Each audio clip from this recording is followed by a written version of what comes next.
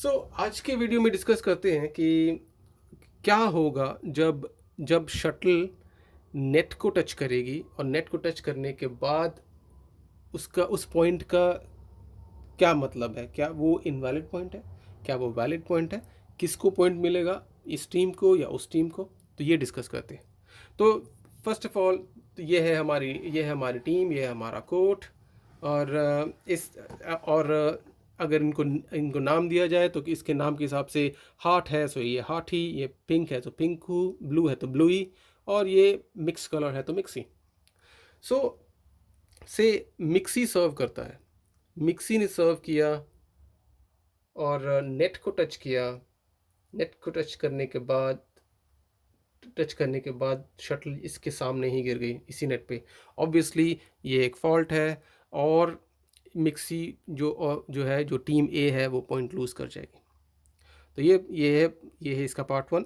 Part two, mixie serve करता है, net touch होती है और नेट टच होने के बाद ये इनवैलिड एरिया में गिर जाती है नेट।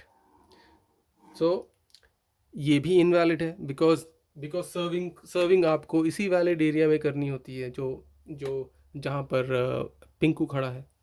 तो ये वैलिड एरिया और इनवैलिड एरिया ये सब क्या होता है ये मैंने अपनी दूसरी वीडियो में बताया हुआ है, उसका लिंक आप डिस्क्रिप्शन में देख लो। हिंदी और इंग्लिश में दोनों में वीडियो है, तो आप देख के चेक कर सकते हो। तो ये तो हो गया सेकंड पार्ट। थर्ड पार्ट, अगर ये मिक्सी सर्व करता है और शटल नेट में लग के इसके वैलिड एरिया में गिर जाती है तो क्या होगा। तो क्या ये वैलिड सर्व होगी, इनवैलिड सर्व होगी, या इसको दोबारा से करना पड़े, जैसे लेट करना पड़ता है, रीप्ले द पॉइंट ऐसे होता है जो। तो इसका जवाब है कि ये वैलिड सर्व है। जैसे इसने सर्व किया, नेट में टच हुई, वैलिड एरिया में गिरी, तो ये वैलिड पॉइंट हुआ अगर इसने नहीं उठाया, अगर पिंकू ने नहीं उठाया। ये टेनिस में ऐसा होता है कि अगर प्लेयर ने सर्विस की, बॉल नेट को टच हुई और वैलिड एरिया में जाके गिरी, तो रेफरी उसको इमीडिएटली बोलता है कि लेट। लेट मतलब कि दोबारा ये वाला पॉइंट दोबारा खेलो।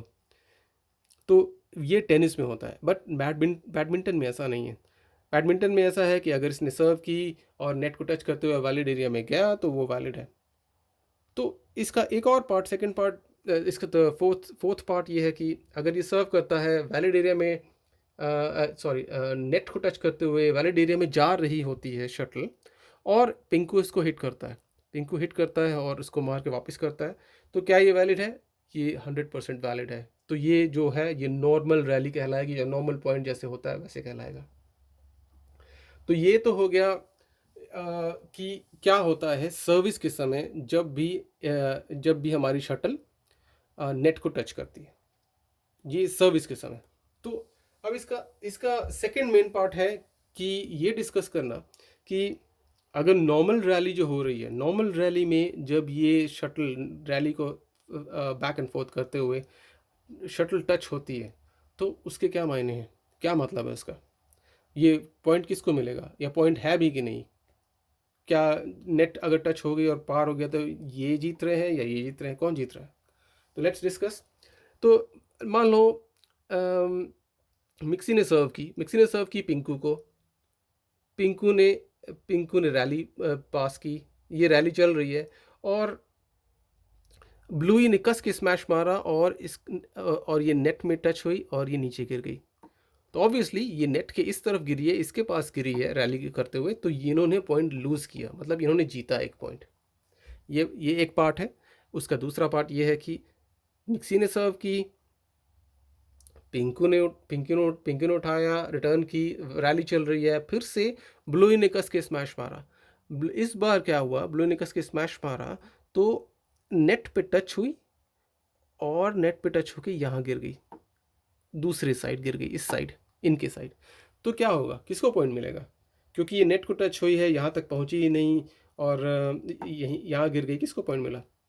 पॉइंट इनको मिलेगा। रीज़न ये है कि इसने ब्लूई ने कस के मारा, और चाहे नेट को टच हो या ना टच हो, अगर उसने नेट के ऊपर से ये शटल क्रॉस कर दी है, चाहे टच होके या बिना टच होके, और ये शटल वैलिड एरिया में गिरती है, तो उसे हम लोग वैलिड पॉइंट मानते हैं। मतलब अगर ये टच होके इधर गिरी तो इसे पॉइंट मिला, इस टीम को पॉइंट मिला। तो वैलिड एरिया और इनवैलिड एरिया ये सब क्या होता है, ये आप मेरी दूसरी वीडियोस में देख लो, डिस्क्रिप्शन में लिंक है, हिंदी इंग्लिश दोनों में।